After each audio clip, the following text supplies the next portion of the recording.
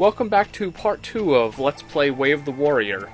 Now what I was going to mention in the previous part of the game is you'll notice how in the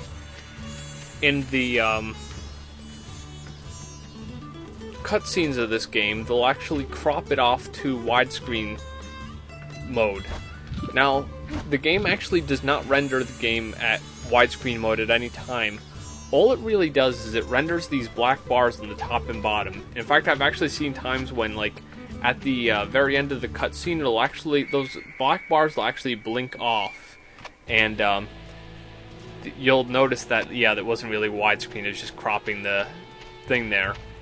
And that's another thing to take note of, you might have just seen a little while ago, is when I actually ate that mushroom, I believe it was, it actually took 150 health away. And that's one thing to be careful of, especially with the mushrooms especially. They can give you a lot of health at times, but they can actually also take a lot away. The mushrooms are just like that. They're very unpredictable. I once was in a battle with someone that was like really heated battle, and I ate a couple of those mushrooms, and they actually took a lot of my health away and caused me to lose the battle. Okay, let's see what these guys over here are all about. See if I can just see what they're saying. Sometimes you'll see some valuable information from NPCs that'll actually help you, but I'm just going to kill them because it's fun. And that's another thing that you'll notice. All these moves that I have in the game, you actually learn these moves as you do different combinations and stuff through the game. Which, I don't actually know how the game controls this, because I've actually learned moves with certain weapons and then tried them with others, and they just don't happen right away. I guess it's just if you hit the buttons in a certain sequence. But yeah, as I was mentioning earlier, the fighting actually does take a bit of getting used to.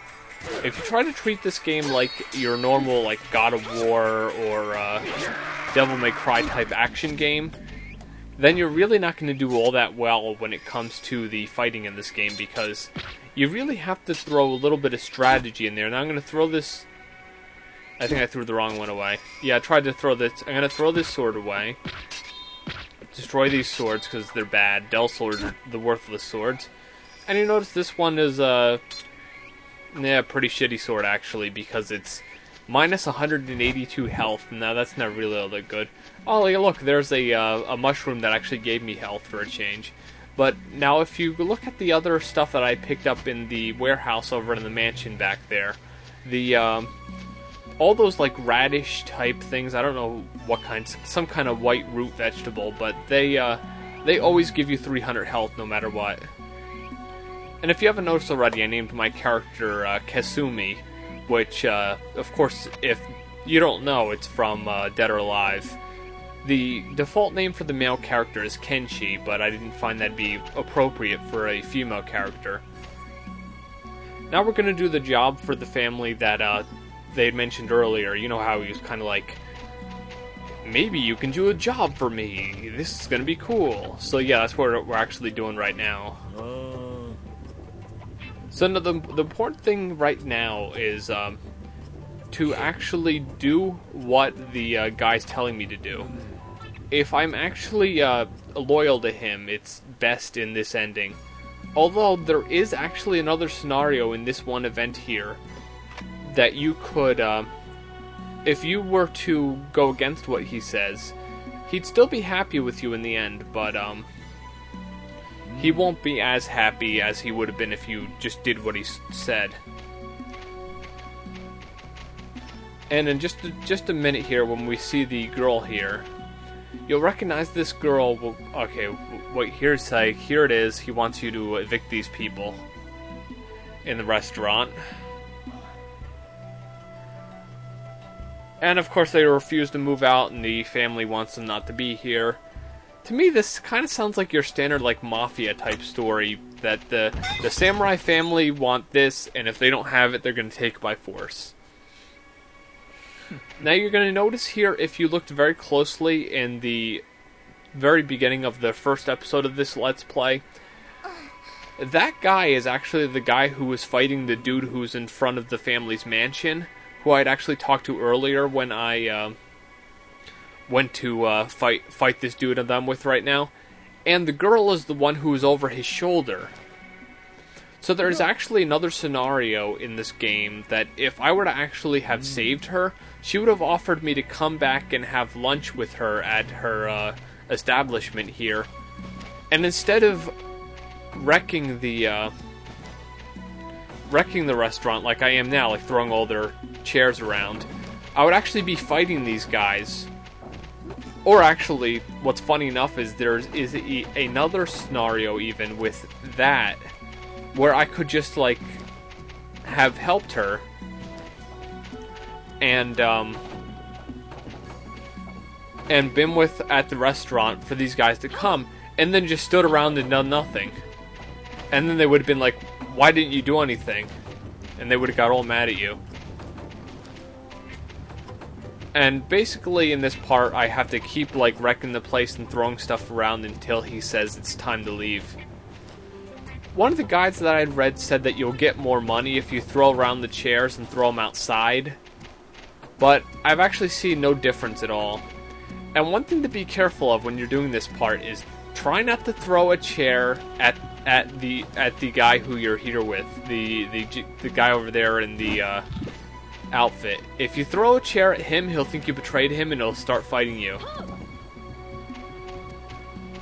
And another thing, if you hit Don with your sword, or if you beat him up or anything, you'll start fighting Don, and then he'll be mad at you and won't give you any money afterwards, because he'll say that you didn't listen to what he told you to do, and he didn't want anyone to get hurt. Because, you know, the samurai are pretty honorable type people. So now, in just a few minutes, hopefully we'll be done here. It seems like sometimes the game kind of gets stuck in parts like this, and it doesn't realize that it's supposed to be over already. And one thing that's interesting is, see that little cat in the corner? That's actually the same as the save icon for this game if you look on your PlayStation 2 memory card. And in Japan, this game was actually just called Samurai, so the save icon just calls it the game Samurai. It doesn't say Way of the Samurai. And now, since we've caused enough destruction, and apparently somehow they've gotten hurt, even though we didn't hurt them, now we're gonna leave. This is one of the few parts of the game that actually doesn't require any sort of combat.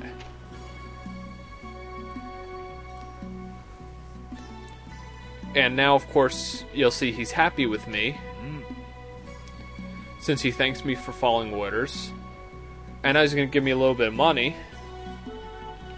So he gave me 50 yen. And as I said earlier, no matter what you do in this game, he'll give you 50 yen. I've never been able to get any more or any less. Well, unless you consider 0 less.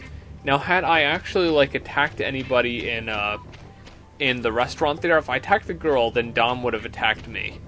If I attacked Don, then Don would have attacked me, of course, and then he would have simply said that you didn't follow my orders, and then he would just not give me any money. And then a little bit later in this Let's Play, you're gonna find out why this dude is actually telling me right now to leave the past, because he has a vested interest in this war. As you'll see soon enough.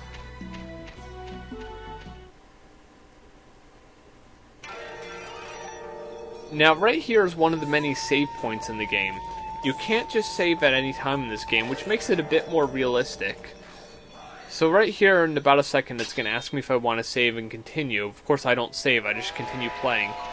And another interesting aspect to the saves of this game is that, if I were to save, and then I load the save, it actually deletes your saved position.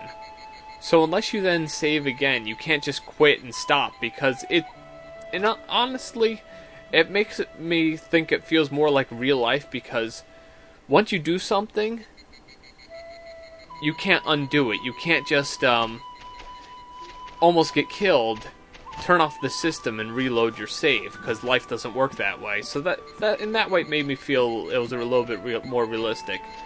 Now, of course, you'll remember earlier they actually said that the leader of the clan here was not at the place here earlier. So now he is here in the mansion. Okay, this has been part 2, and I shall see you for part 3 later.